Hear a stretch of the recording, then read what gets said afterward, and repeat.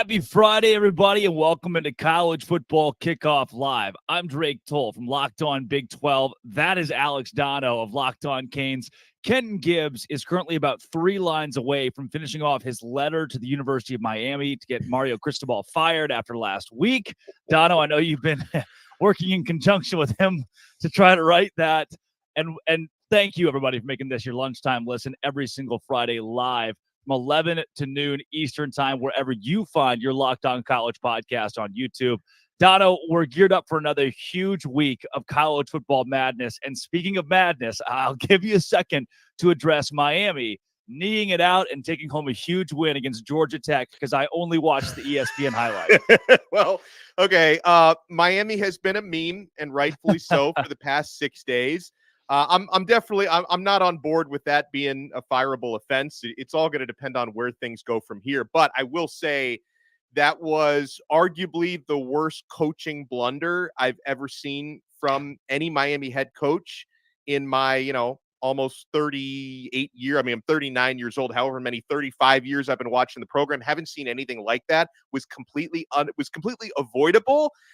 With that said, Miami not only do the Hurricanes need to bounce back from what was a catastrophic decision or indecision by Mario Cristobal not to take the knee and run it out, they're taking on a really tough 12th-ranked North Carolina Tar Heels undefeated team on the road tomorrow. So this is one of those fork-in-the-road gut check situations, Drake, where everyone's wondering, did the tragedy of last weekend, is that going to cause Miami to spiral, or is it going to make the team stronger? Are they going to respond positively from that? Obviously, I cover the Hurricanes day to day. Coaches and players have said all the right things over the past, 5 days in terms of putting it behind them, having good days in practice, but we're not really going to know until we see it take place. And it was a travesty from many different angles, Drake. Obviously, the lasting image and the biggest mistake was Mario Cristobal calling for Don Chaney to get the handoff there. At the same time, I didn't actually think it was a fumble. I think that was karma, not a fumble, that caused that turnover, because I do think his elbow was down. Not that it takes away from the terrible decision that Cristobal made.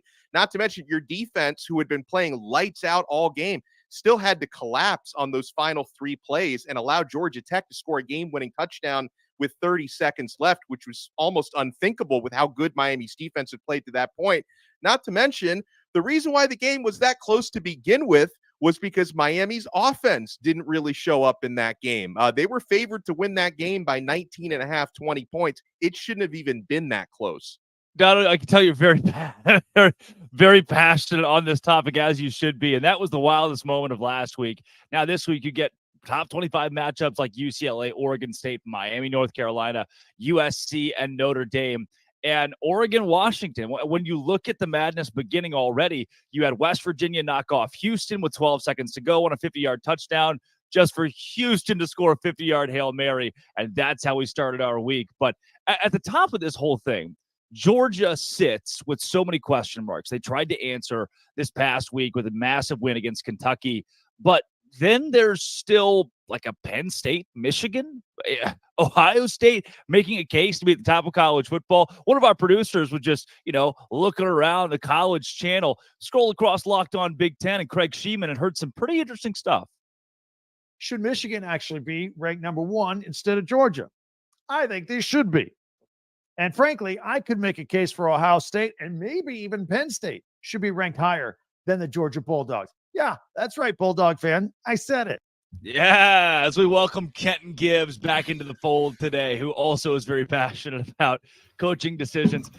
Guys, Georgia is in a spot here that they've silenced a lot of the haters, a lot of the doubters of this big Kentucky win. But Dono, now Craig Sheeman believes that there are not just 3 Big Ten teams that are better than the Bulldogs.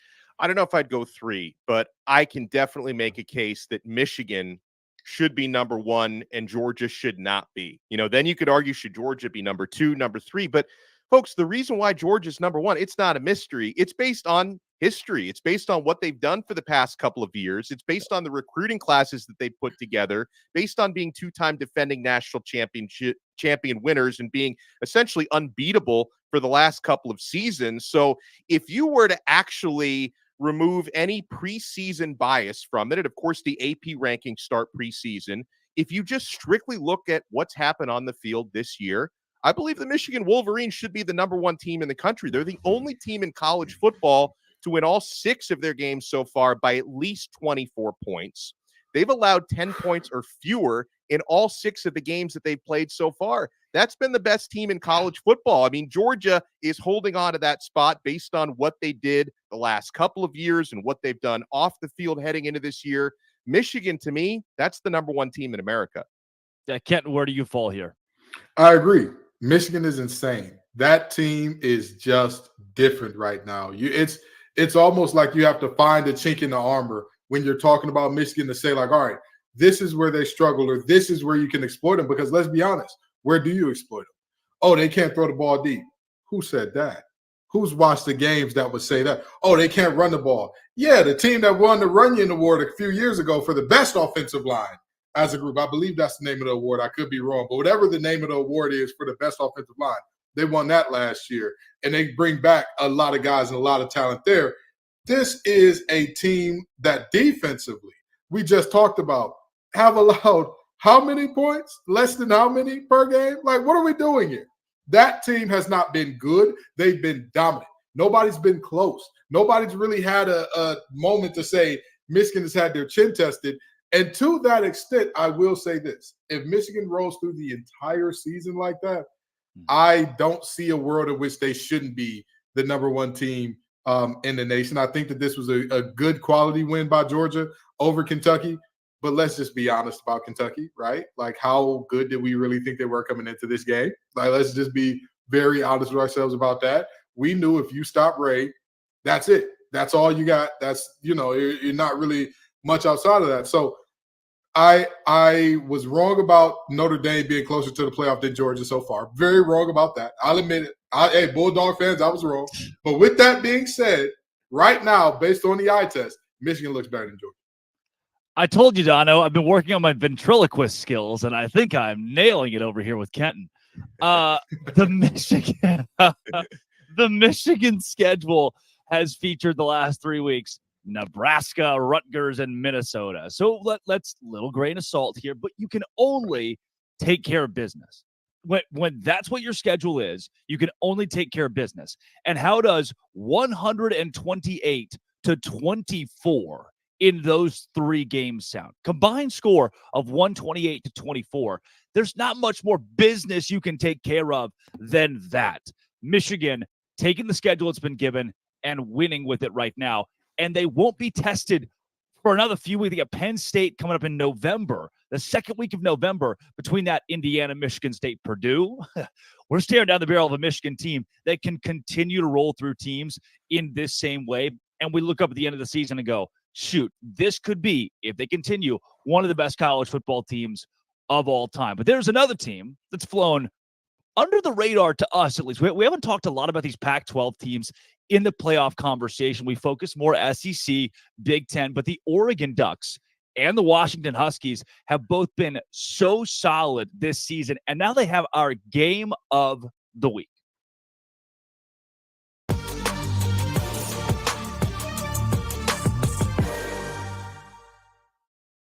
Spencer McLaughlin set to join us here in a second with Locked On Ducks and Locked On Pac-12. But we talk about dominance so far, Dono, in that conversation squarely, the Washington Huskies.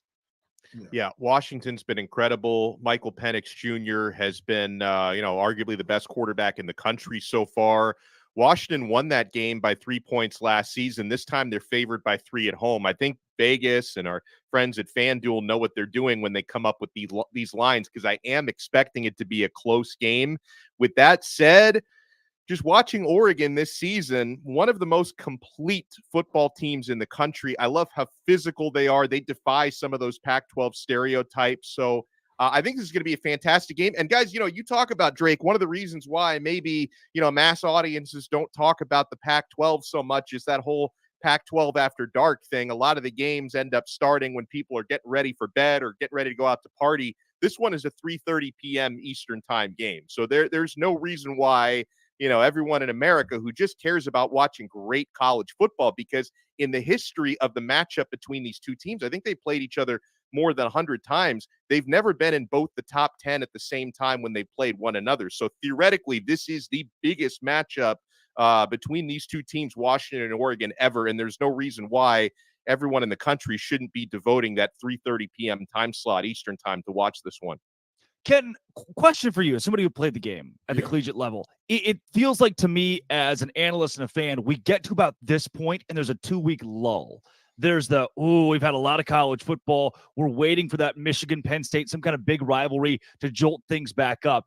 And people will overlook, despite College Game Day being there, a Washington and Oregon. Do you feel that way? Are you getting that sense?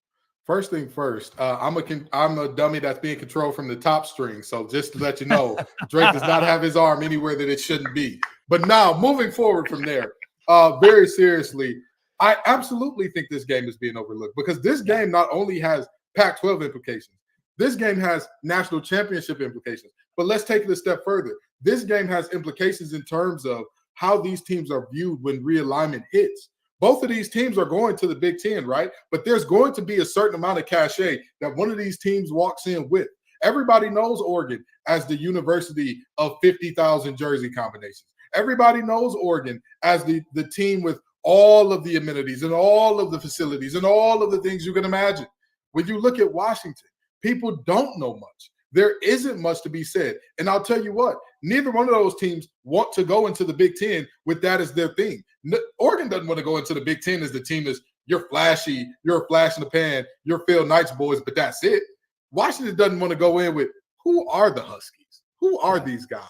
What city do they even play in? Nobody wants to go in as the no-name or the guys that are just cutesy-wootsy out west doing their fun thing up there in the Pacific Northwest. Nobody wants that. So this game is important for those teams' reputations in that manner. And of course, the playoff implications are massive, because what if this game is close and both of these teams run the table, and then whoever loses this game ends up winning in the conference championship if they don't have divisions? I could be wrong about the Pac-12 having divisions where they're both in the North or something like that. But if these teams, if they don't have divisions, which do they? Am I off base there? Does the Pac-12 have divisions? Yes. Okay, so they can't play again in the championship. My bad. But either way it goes, if you see the loser of this game going to dominate everybody going forward, and the winner of this game potentially loses a game, or even if the winner does run the table and just the loser looks great going forward, what do you then say of the playoff implications and potentially seeing two Pac-12 teams? By the way, according to Google, no divisions. I don't want to. It's either one of those. They're either nine conference, guys. I thought there were no divisions. I thought they didn't. Yeah. I thought they got rid of it a few years ago. But either way it goes. Each Pac-12 team plays. They play 9 conference games each team. Okay. The North cool, and the South, and right. I remember the North and the South. I remember the it being leaders and the legends. Yeah. Locked On College Football Kickoff Live, the only place that the jury's out on the Pac-12 divisions, which next year will have zero. It'll have the 2-pack will have 0 divisions. Yes. 0 divisions for those guys. Look, for a game like this, that yes, I agree is being overlooked. If you win this game, and Ken, I think you touched on this, even if this game is close, we start to have the conversation of what are the playoff implications for these two teams and whoever wins the Pac-12. If you're Oregon, right, and you go on the road and you beat Washington, the rest of the way at Utah is tough. USC at home is tough. Oregon State is tough. But with Bo Nix, who's office appearance insurance, who can rent a car, there is no reason an Oregon win shouldn't put them not just squarely in the conversation of a college football playoff, but we're talking, hey, this team's in. I mean, this team deserves to be in. And for Washington on the other side, Arizona State and Stanford for the next couple of weeks, they springboard you into 4 top 25 games to close out the season. But you get a couple of these Utahs at home. USC being on the road is going to be tough. Who we have, again, another team we haven't talked a lot about, or whether or not that defense can uphold. I think Washington and Oregon, Dono, both have better defenses than USC, and that in the end is going to keep the Trojans out of the college football playoff. Yeah, I said this a few weeks ago, when USC was ranked ahead of Oregon, that doesn't match up with the eye test. And again, this goes back to what we started the show with. Is Georgia really the number one team in the country, or are they number one because of what they've done the last couple of years? USC, despite the fact that they keep winning, they keep falling in the rankings because people start to realize that defense is more and more fraudulent. You obviously have a quarterback that can do everything but walk on water in Caleb Williams, and you've got a great offensive head coach in Lincoln Riley. But, when you're talking about either competing for the Pac-12 is one thing, which I don't think USC is going to win that conference, but then talk about competing for a college football playoff, you've got to have some semblance of a defense. They don't. No, I don't think I'll so. tell you this much. Caleb Williams may not be able to walk on water, but that boy, like you said, everything on the field you ask him to do, he can do it in space plus some. Absolutely love the kid, but I agree with Drake. They're not good enough defensively, but I want to take it a step further. Even in the trenches offensively, do you think they have an answer for a Washington or an Oregon or even a Utah up front? I'm not sure if they do. That's a deep concern of mine in going forward in this game. And so, I'm loving the fact that we're about to get Spencer on to talk about this thing, because I just really want to hear whether or not there is a hope in the Pac-12 outside of these two in terms of being that team that gets to the playoffs. Coming up next, you've had these three talking heads talking about it. Spencer McLaughlin of Locked On Ducks, Locked On Pac-12 will join the show. But first, Dono. Well, I want to talk about LinkedIn Jobs because these days, every new potential hire can feel like a high-stakes wager. You want to be 100% certain that you have access to the best qualified candidates available for your small business. That's why you have to check out LinkedIn Jobs. LinkedIn Jobs helps find the right people for your team faster and for free. You add your job with the purple #hiring frame to your LinkedIn profile and spread the word that you're hiring. People will see it, believe me. Simple tools like screening questions make it easy to focus on candidates with just the right skills and experience so you can quickly prioritize who you'd like to interview and hire. It's why small businesses rate LinkedIn Jobs #1 in delivering quality hires versus leading competitors. LinkedIn Jobs helps you find the qualified candidates you want to talk to faster. Post your job for free at linkedin.com/lockedoncollege. That's linkedin.com/lockedoncollege to post your job for free. Terms and conditions apply.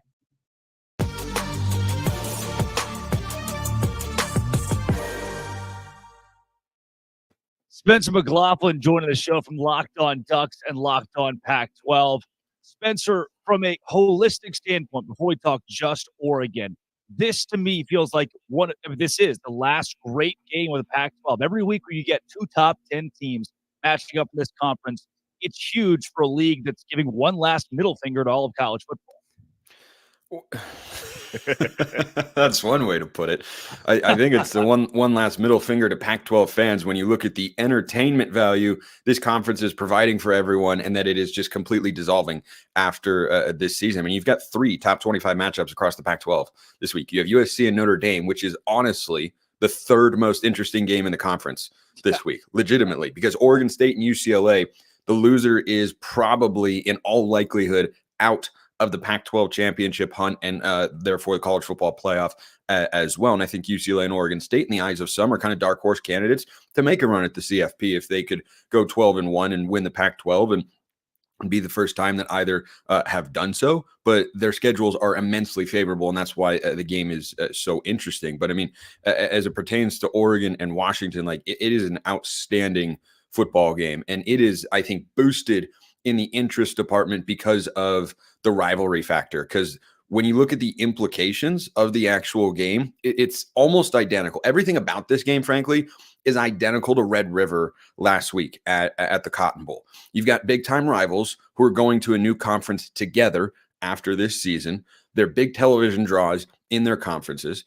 You have undefeated teams. You have 2 teams whose combined ranking is 15, by the way. You have 7 and 8 this week. You had 12 and 3 last week. It's a spirited rivalry. It always has been and always will be, even in the new conference. And then the winner is in a great spot to get to the conference championship game, and also the college football playoff and will control their own destiny to get there. But the loser is by no means completely out of that conversation. I don't think anyone's looking at Texas and saying, well, they're not winning the Big 12 now. They could never beat Oklahoma. Like, of course they could beat Oklahoma. They just didn't. And the same goes for Oklahoma if they lost the game. Like, If Dylan Gabriel throws an interception on that last drive, nobody looks at it and says, oh, well, Oklahoma can't win. They can't do this, that, and the other thing. No, they can. They just didn't on that particular day. Like, this is a coin flip game. This is a sort of game that is going to, really provide an extra level of bragging rights for whichever side wins because of the stakes. Like, they are so big. It's the highest ranked matchup in the history of Oregon and Washington. So it's going to be a massive game. Game day is going to be there in Seattle. Like, the stage is set for everything to be as big as it can possibly be. You know what? I know that Spencer ankles hurt from standing on so much Pac-12 business. I'm proud of you. I'm proud of, because I'm going to tell you, this is a dissolving conference and you still there battling it out every week. But let's talk about the kind of other guys for a second here, right? So you talk about this game is not really an elimination game so much as it is a propel a team forward game. In looking at the guys outside of this game, who would you say, hey, they have a great shot to make the playoff, even though, whichever team wins this game is obviously in the driver's seat, this team is in the passenger seat and gunning? Yeah, you can make the case for several schools. Oregon State and UCLA are dark horses for sure. I don't know if they've got the teams that are, good enough to get to the playoff. Oregon State's defense has posed questions this year to Cal and Washington State on the road. They allowed 39.5 points a game, 38 to Washington State and then 40 to Cal. Now those are my California Golden Bears, of course, but you shouldn't be allowing 40 points to Cal. So that certainly is raising some questions, especially with Oregon and Washington on their schedule. For UCLA, the defense is there. I mean, it's the best defense I think I've ever seen a Chip Kelly team have. That includes his days back at Oregon in the early 2010s. Like, they had some sneaky good defensive units. They didn't have a front four like this. Like the Murphy brothers and Latu, those are all NFL draft picks in the early rounds. Latu probably a top 10, 15 pick. He is outstanding. But for UCLA, the questions come offensively, which is a weird thing to say about Chip Kelly's team. But my concern with them coming into the year was, what are you going to get at the quarterback position? What are you going to get there? Who's starting? What are we doing in the best quarterback conference in America? So I think those teams have questions. Washington State, we saw the inconsistency against UCLA. I think their defense is good. I think their offense is overall good with Cam Ward, who's great, but the offensive line is just not. The offensive line was absolutely dominated. And look, UCLA's front four is good. Absolutely. But you got to be able to put up a better fight than what they did. They couldn't run the football. They couldn't protect Cam Ward, couldn't get him into a rhythm. So I think those teams all have concerns. And then you come to USC, and technically speaking, any of these teams are alive for the playoff because they only have one loss. And Washington State also has a very favorable schedule. They miss USC and Utah as they go through the Pac-12 slate. But for USC, they play at Notre Dame this week. I think they're going to lose to the Irish for the first time. Their playoff hopes won't be done. But again, you then have to go through Washington, Utah, UCLA, and Oregon, and the Pac-12 championship game undefeated. And these gauntlets are reminiscent of what the SEC once was and is not currently right now. Because I think beyond the top few teams, the SEC is pretty weak compared to what it has been. The Pac-12 is a big-time gauntlet right now, and it's just hard to see a team getting through with 1 or 0 losses when you factor in the Pac-12 championship game. Like, Oregon and Washington could be a Pac-12 championship game preview. USC could get there. I know their defense is bad, but I've seen bad Lincoln Riley teams on the defensive side of the ball go to the college football playoff and win a conference championship as a 12-1 football team. So I think those teams are all on the table. It's a matter of letting things play out. I think common sense would tell you, well, USC would be the most likely, probably, but I don't think the gap between them and an Oregon State in terms of likelihood of getting there is that large because Oregon State has a much, much easier schedule. Well, that's a great rundown. I want to take it back, though, to Oregon and Washington because I'm so excited for this matchup. Yeah, it's going to be awesome. What's the biggest path to victory for both teams? Oregon wins if they do what, or Washington wins if they do what? I think Washington wins if they protect Michael Penix from Oregon's pass rush. This is a pass rush that had a historically bad season for the Ducks a year ago. Their lowest pass rush and sack rate since, I think, 2000 was the number. They only had 18 sacks in 13 games last year. They have 18 sacks through 5 games this year. So they have revamped their defensive line. They are more physical up front. I think they are faster on the back end, which was a big problem last year against Washington, who beat them for 2 long touchdowns in the second half, going after the same player, Bennett Williams, who is no longer on the team. Instead, his brother Evan is there, who's a faster player. And look, you could still get beat over the top, but it doesn't seem like the same guy is going to get beat twice because of, what appears to be a lack of speed. So I think that Oregon's defense is much improved here, but Michael Penix is just so good. Like 75% completion this year, over 400 yards a game. He's just awesome. His receiving core is insane. I think there's a case it's better than Ohio State's. And if you want to put Ohio State 1, that's fine. But Washington better be number 2 because Jalen McMillan and Rome Odunze, those are first-round receivers, and Jalen Polk is probably an early second or third round wide receiver as well. So you've got so much NFL talent on that side of the football.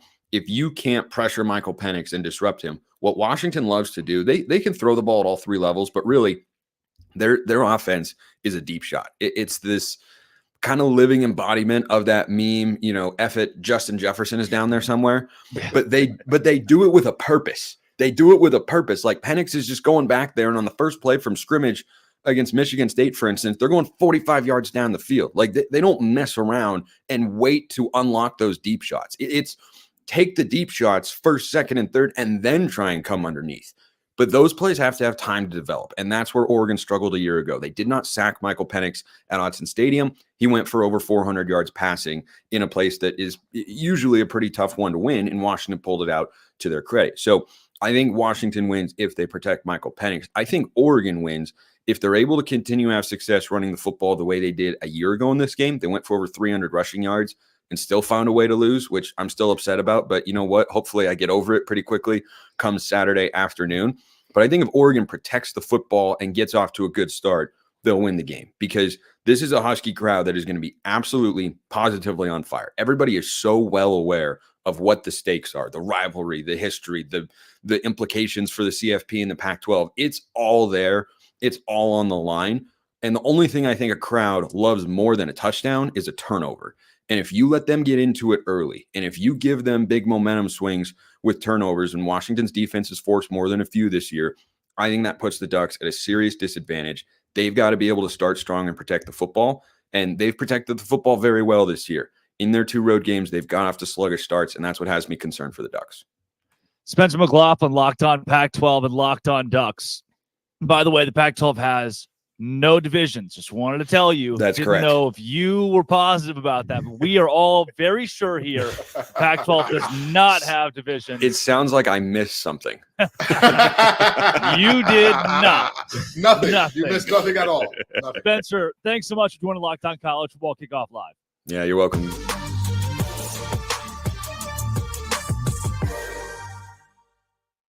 All right, guys, coming up next, we're going to go into one of my favorite segments, and that is Sell Me Why.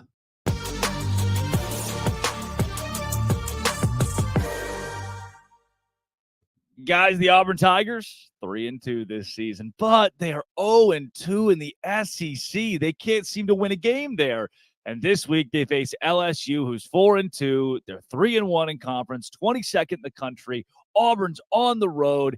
This is Baton Rouge, guys. There's just no way. This Auburn Tiger team that's reeling, where they're talking about firing the coach. There's so much about Auburn that we got to figure out down the stretch here. Can the Tigers keep it close?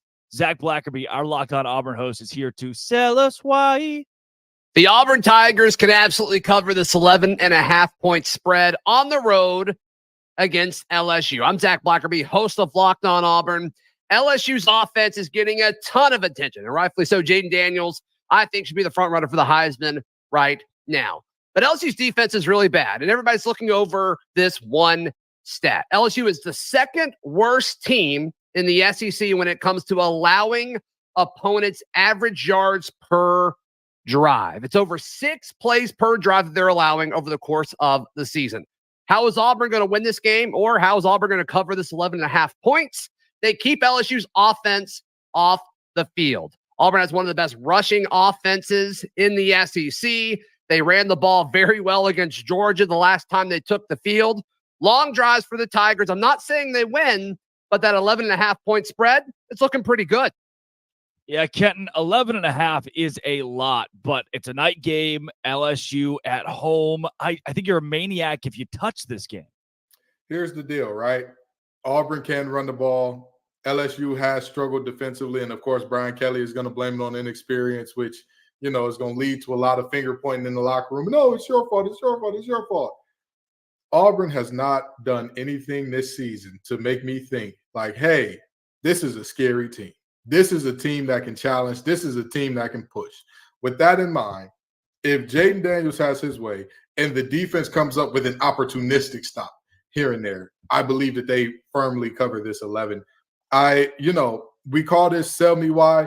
Zach Blackerby would literally have to sell me on why. Actually give me money to say, hey, place the bet with my money that they're going to cover this thing, because under no circumstances would I bet on this Auburn team to not be, absolutely demolished by any good LSU or SEC team. Yeah, Dono, to me, I'm in a spot where I see Auburn's driving down by 7 late. There's the pick 6 that gives LSU the cover. This just feels like one of those games where it's going to be crushing on one side or the other. And again, home team, LSU, I think they favor. Yeah, I was actually telling Zach Blackerby off air before the show that I think Auburn can cover 11.5 because, again, conference opponents, that's a really big number. But would I actually put my hard-earned money on that happening? I have to take a step back and I probably do sit this one out. If anything, how this plays out with the spread. I think LSU could win a close game or they could win a not so close game. I find it hard to believe that Auburn wins the game outright, but how it plays out with the spread might just depend on whose weakness is a bigger weakness in this game, because a matchup to look for, Auburn has the 119th ranked passing offense in the country. Out of 130. That's really bad. But then LSU has the 119th ranked passing defense in the country. So something's got to give here, right? Maybe there's a chance Auburn can actually throw the ball around the yard a little bit. But listen, he came close to selling me why. Just as a matter of principle, I would usually bet the underdog to cover a double-digit spread in a conference game, but I'm probably going to sit this one out. How about we stay in the SEC with the Kentucky Wildcats, who are 5-1, sitting second in the East behind the Georgia Bulldogs, who are number 1 in the country and beat the ever-loving heck out of them last week. This week, they get another SEC opponent, but it's Missouri, a little bit easier than Georgia. Can Kentucky cover the FanDuel spread in this one? Here's Locked On Kentucky host Lance Daw to sell us why. Kentucky football is favored by 2.5 points this weekend against the Missouri Tigers, and there are a couple of reasons why Mark Stoops and co should cover this weekend. The first, obviously, being the fact that this one is in Lexington. I would like to see Kentucky continue their trend of beating Missouri in Lexington as they have over the past few seasons. I think that the crowd will definitely be into this one. After a disappointing loss to Georgia, things are going to get right back on track this weekend against the Missouri Tigers. And then the second is Kentucky's ball control offense. The Wildcats are one of the slowest teams in the SEC when it comes to pace of play on the offensive side of the ball. I think that they are going to use that to their advantage, keep Missouri's talented skill position players on the sideline, and they are going to utilize Ray Davis to get themselves a win and cover the spread this weekend against Eli Drinkwitz and the Tigers. Look, guys, Missouri is a much scarier team than we expected them to be. Now, Kentucky at home.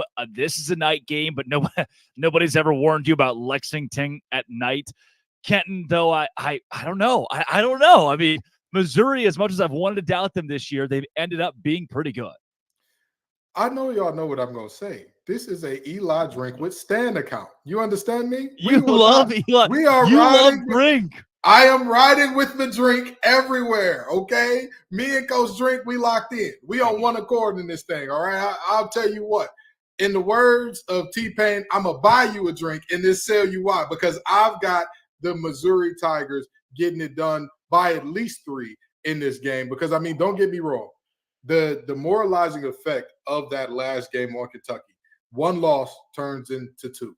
And that 2 loss is not going to be a good one because it's not – this is not a situation where I feel like that team walked into that game against Georgia saying, hey, we may get our heads beat in, but we're just going, next week and we'll keep it moving. That was a team that was expecting to at least keep it close and at least pinch the Bulldogs, and it didn't happen.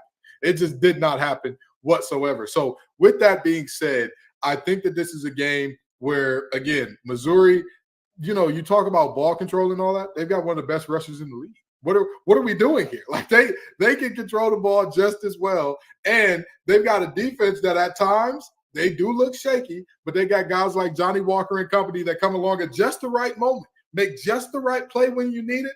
I got Missouri covered. Yeah, Dono, I'm looking at a Missouri team that had a lead against LSU. LSU scores 22 in the fourth and wins it. A Kentucky team that got killed. Two very different mentalities coming into this one. Yeah, for me, Kentucky's been very good in Lexington. I'm gonna go against Kenton on this one. The home field advantage is a big one for me. I usually think that's worth about 3 points still in college football. They're only favored by 2.5.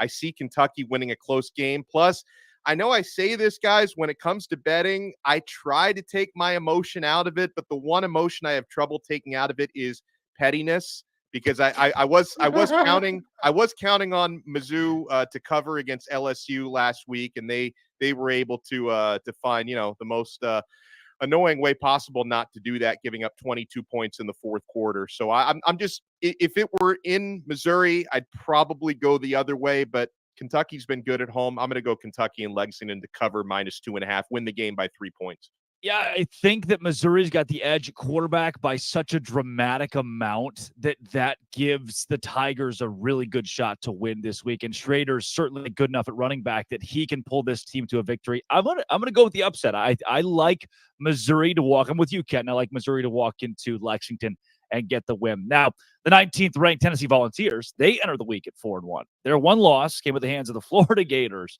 This week, they enter as big FanDuel favorites against the Texas A&M Aggies. This is such an intriguing matchup to me. Can the Vols run away from the conference rival in the Ags? Here to tell us why, Locked On Vols host Eric Kane. So what do I think Tennessee covers the 3 points against Texas A&M tomorrow, 3:30, CBS game of the week in Neyland Stadium? Well, try this on for size. It's been since 2021 that Jimbo Fisher and the Aggies have won a true road football game. Yeah, 2021 Missouri, okay? Jimbo Fisher's record against teams ranked inside the top 25 on the road as a head football coach is not very good. Meanwhile, Tennessee's won 12 straight games at Neyland Stadium. Sure, every Saturday is different, okay? Every team is different. I get all that. But Tennessee, if you look at the trends here, it bodes well for Tennessee. Also, you're going to get man-to-man, one-on-one coverage, and there will be some shots taken down the field. And after seeing what Jalen Milroe did at that Aggie secondary a week ago, I mean, Joe Milton's not been great, but hey, I think Joe Milton's good enough to hit a couple big plays because it's going to be tough sledding trying to run against that Aggie defense. So trends say pick Tennessee. The road record for Jimbo Fisher says pick Tennessee. The way Tennessee bounced back against South Carolina, hey, playing at home, you're a good football team. So I have a whole lot of confidence that Tennessee covers the 3 points and beats Texas A&M at home, Neyland Stadium, tomorrow on CBS. Checkered Neyland game of the week. So for more on Locked On Balls, tune in to Locked On Balls. I am your host, Eric Kane, and should be a good one. Looking forward to it. Tennessee John Neighbors likes the Vols this week. ESPN, 56% chance for the Vols to get it done at home. FanDuel about 3-point favorites, so a field goal separating these two. Dono, I'm going to go to you first because you mentioned the home team getting 3 points. You kind of like that spot usually. Not here, though. As charming as Kane is, I'm very bullish on Texas A&M's front seven. There are obviously causes for concern because Jimbo Fisher is a guy who has found ways to snatch defeat from the jaws of victory. But I'm going talent for talent here. I think Texas A&M is going to get it done with their physicality up front on defense. So I'm actually, this time, I am going with the slight road upset. Yeah. Kenton, where do you feel? I look at this Texas A&M team, and I say to myself, they're 4-2 overall, 4-2 against the spread. It's hard to say, like, oh, this is just a terrible team that's going to do bad things and all that. But you know what is easy to say? If it's not a big game, Jimbo Fisher and his team will be ready. They'll show up. They'll do it the right way. The minute that light hits them, oh, man. Jimbo Fisher going to fold like a Thanksgiving plate if the food nasty. And you know what I'm talking about. If Jackson ain't hitting, you'll fold a glass plate to make sure nobody sees you. Throw that thing away. And that's what Jimbo Fisher and Texas A&M have done every time they have had a big moment, especially on the road.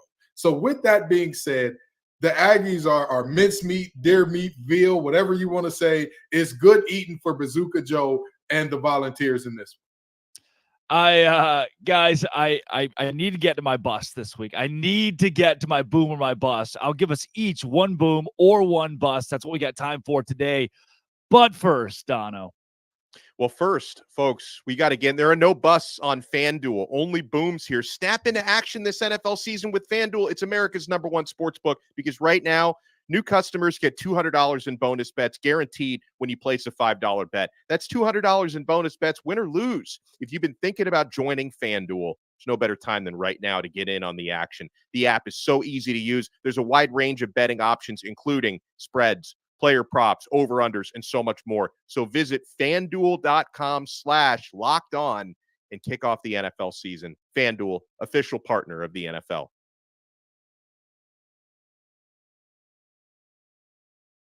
Oh, I think you're muted. Uh-oh, Drake is muted. Drake is very lively, but very muted. I turned out not as good of a ventriloquist as I thought I was. Guys, I'm very excited about the boomer bust this week, and I'm going to start with last night's bust. This is the West Virginia Mountaineers. Look, from the Big 12 perspective, we haven't talked a lot of Big 12 today, and there's no reason to. How many good teams are in the Big 12? 1, 2, 3, 4. None. You can count. I can count that high. The only two good teams in the Big 12 are Texas and Oklahoma, and they're not in the Big 12 anymore. So you're looking at West Virginia saying maybe there's a chance this team wreaks some havoc. And they lose to Houston. They lose to Cougar High. Cougar High, the worst team in the conference. West Virginia wins it. You think, we escaped. We escaped. 12 seconds to go. Bat it down. All you got to do is bat it down. Houston throws a Hail Mary. They win the game. And now, guys, if you look at the Big 12 standings, there's nothing. There's nothing standing between Texas and Oklahoma meeting again in the Big 12 title game in Arlington, which is the worst case scenario for this conference as those two teams leave. My bust this week is West Virginia. Neil Brown is refired. He's refired. Get the LinkedIn back up and ready to go. He thought he was going to get an extension, and he is not. I'm giving my bust to West Virginia. Kenton, do you have one boom or one bust? Oh, well, you know me. You know what I mean? In the words of De La Soul, it was just me, myself, and I going with the Oklahoma Sooners. It was me, myself, and I saying that was a good team back when y'all thought Cincinnati, the Bearcats, we're going to take them out. And now, lo and behold, they beat Texas. They beat Quinn Ewers and company. Oh, man, the Red River Shootout looks like they're the quicker draw. They're the fastest hands in the West. Look at Brent Venables. I'm not saying that Clemson needs him back. I'm not saying he ain't going back to Clemson because he's the head man in charge now, and he's leading things how he wants to. But, boy, Boomer Sooner is my boom, baby. Ken Gibbs, Boomer Sooner. Brent, you've been on the Brent Venables train. I will give you credit for that. Dono, a boom or a bust? Here's why Kenton just set me up for failure, because I had one boom and one bust written down, and I got excited when Drake said we have time to just do one or the other. It's the Dono special. It's like, you know what? So, I got 7 of them this week, guys. Today, I had one boom, one bust written down, and Kenton just went with my boom. So, unfortunately, I have to go with my bust, and I didn't want to be in the position to remind people of what the team that I cover just did last weekend. So I'm going to keep it brief. Up 20-17, driving in Georgia Tech territory. There's 33 seconds left in the football game. All Mario Cristobal had to do was take a knee and escape with an unnecessarily ugly victory. Did he do that? No, he didn't do that. They ran the football. A fumble turnover was called, and the longest 30 seconds of my life ensued after that. I hope the team can bounce back this week against North Carolina. But yeah, the program that I cover, Miami Hurricanes, they're my bust this week. There are your booms or busts, guys. We have a second game of the week this week because the Pac-12 is delivering. This one is USC and Notre Dame with Locked On Irish Tyler Wojak.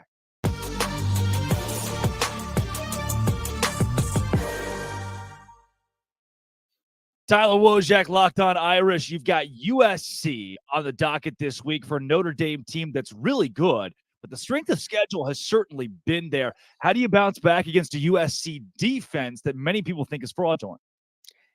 That's a good question. I think we're all waiting to find out the answer to see if Notre Dame's offensive coordinator, Jared Parker, has the answers, because it's been a pretty tough showing the last few weeks for the team as a whole, but particularly on the offense. And they're going up against a USC defense that I don't know if I'd say fraudulent, but I would say they're certainly vulnerable this weekend. So they have a good opportunity to bounce back, but it's their 8th game in as many weeks. So it's been a bit of a struggle lately coming off that Louisville game. There's certainly a lot of pressure on Marcus Freeman and the coaching staff to bounce back, because if they were to go into the bye week 5-3, that's the same start they had last season. I know it's only Marcus Freeman's second season, but I think the pressure from the fan base will certainly start to ramp up a little bit.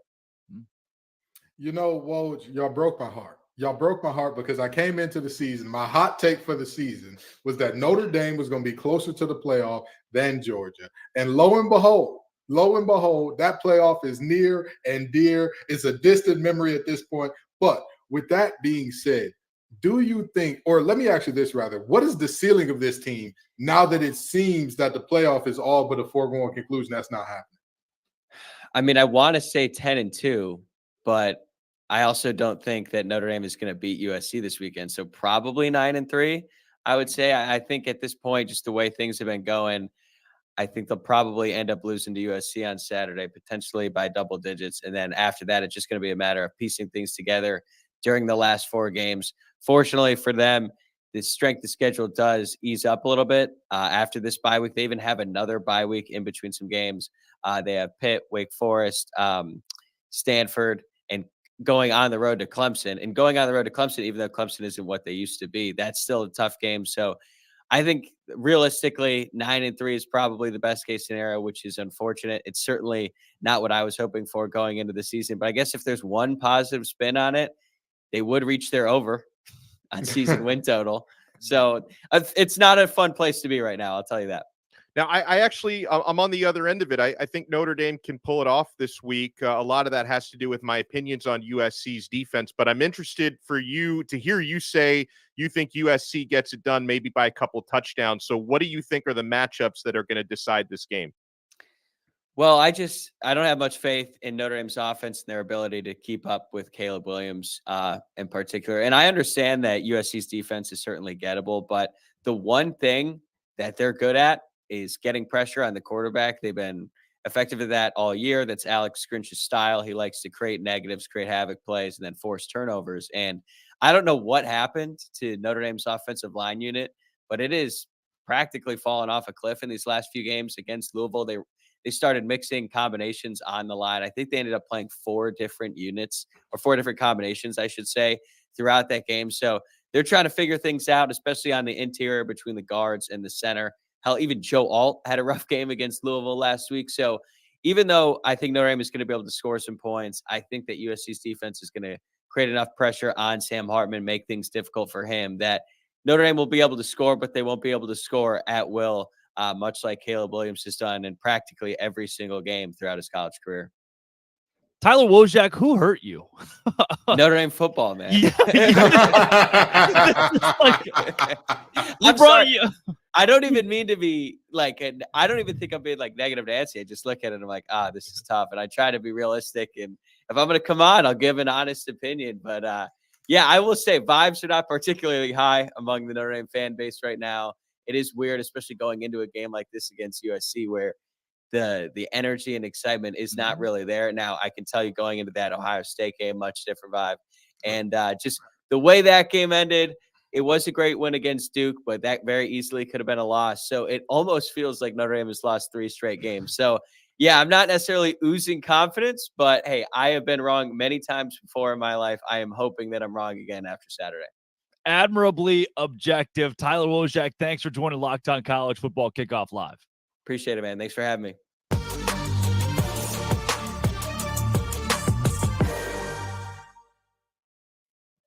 Well, folks, we got to talk about LinkedIn Jobs. If you're a small business owner, every new potential hire can feel like a high-stakes wager. You want to be 100% certain that you have access to the best qualified candidates available. That's why you have to check out LinkedIn Jobs. LinkedIn Jobs helps you find the right people for your team faster and for free. You add your job and the purple #hiring frame to your LinkedIn profile to spread the word that you're hiring. Folks, I know that this works because I've been on the other side of it. I have gotten jobs through LinkedIn Jobs before. Simple tools like screening questions make it easy to focus on candidates with just the right skills and experience so you can quickly prioritize who you'd like to interview and hire. It's why small businesses rate LinkedIn Jobs #1 in delivering quality hires versus leading competitors.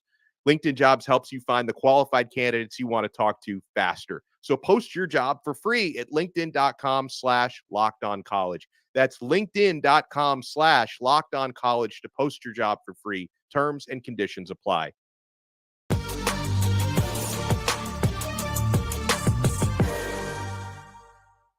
It is time for game time decisions. We'll take you through the best lines, the biggest games this week, and the panel will choose. Guys, let's start with one of the biggest lines in the top 25 this week. It's number 2, Michigan hosting Indiana, favored at FanDuel by 33 points. Let's go rapid fire. Donna, what do you think? Yeah, I mean, listen, history would say Michigan has not only beaten all the inferior teams in front of them, they've taken care of business and covered. They haven't won a game by less than 24 points this year. I think the Wolverines win, cover, and they continue to have people like me say they probably should be the #1 team in the country.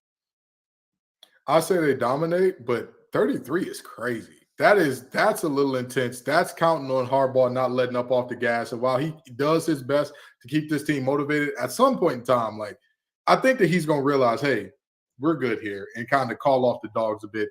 I'm going to say that the Hoosiers cover this one. Yeah, Indiana lost to Maryland by less than 33. I mean, they kept 44-17, right? It's kind of where I see this game falling.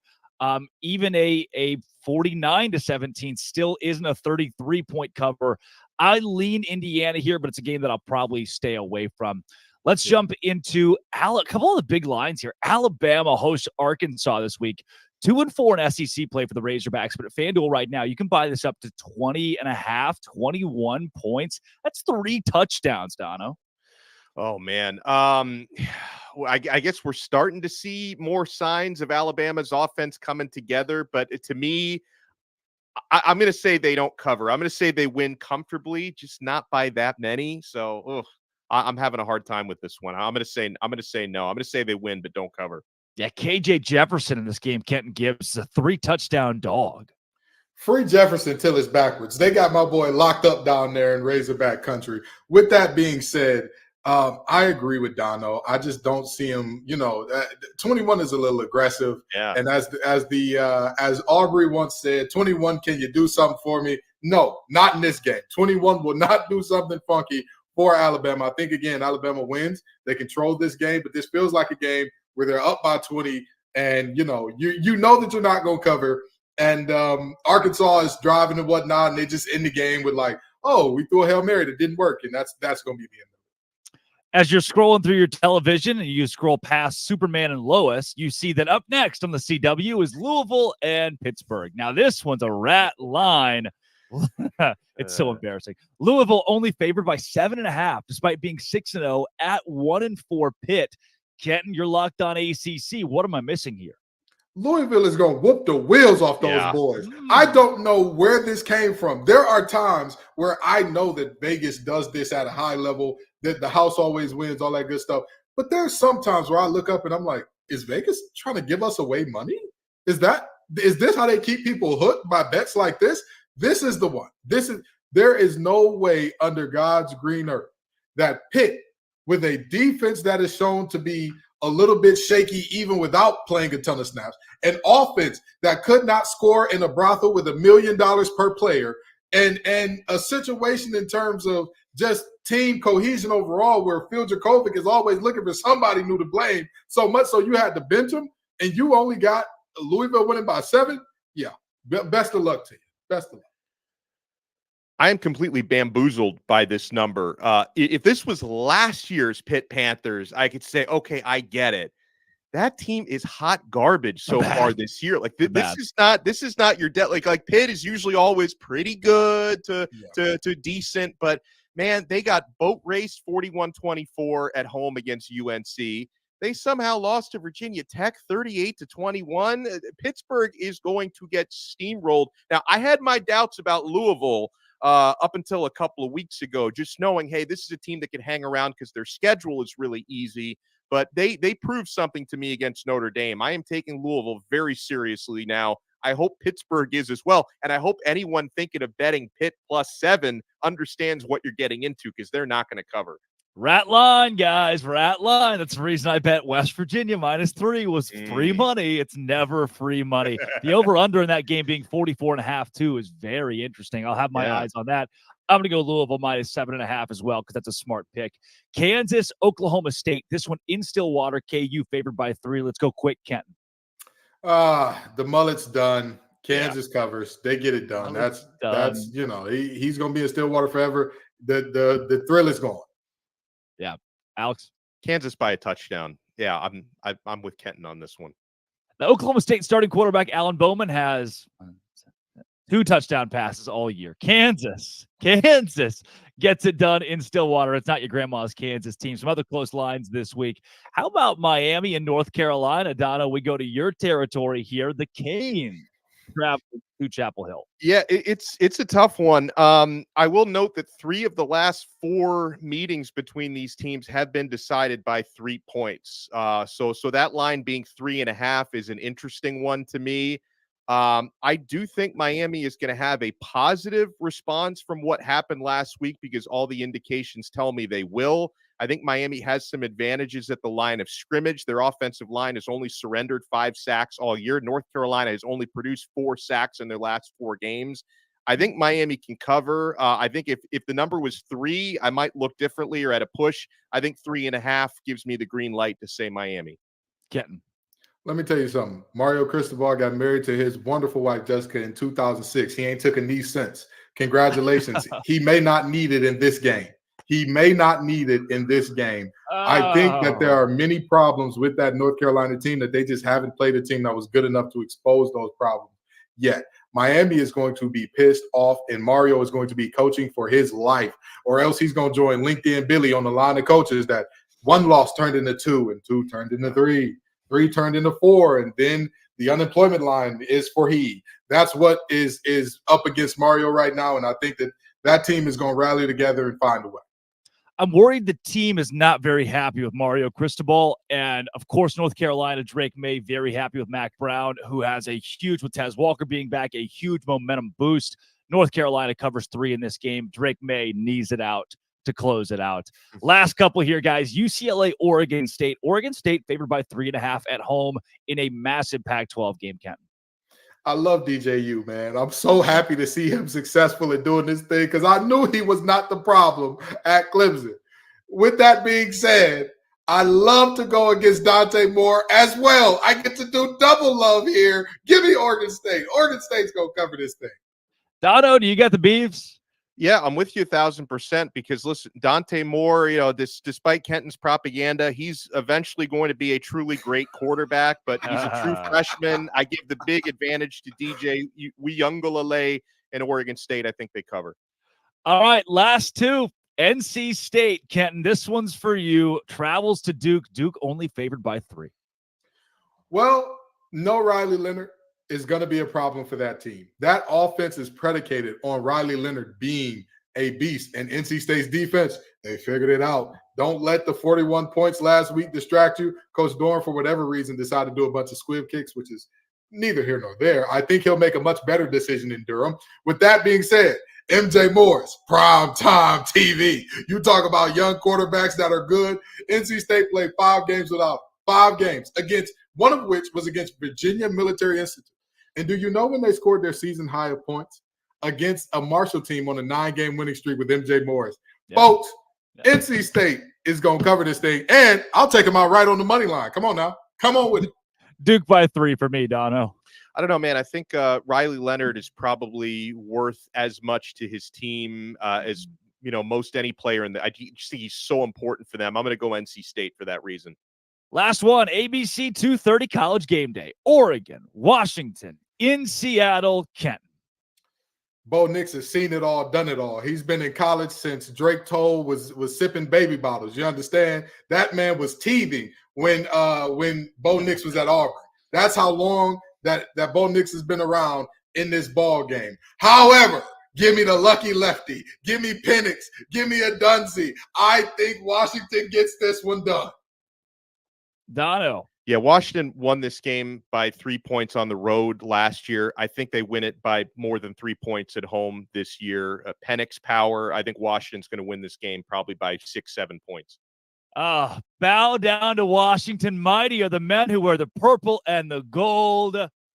Not so fast, my friends. Bo Nix, the Oregon Ducks, get it done in Seattle this week. Give me the underdog in this game, the Oregon Ducks. This has been and always will be. That is Kenton Gibbs of Locked On ACC, Locked On Wolfpack. That's Alex Dono of Locked On Canes. I'm Drake Toll from Locked On Big 12.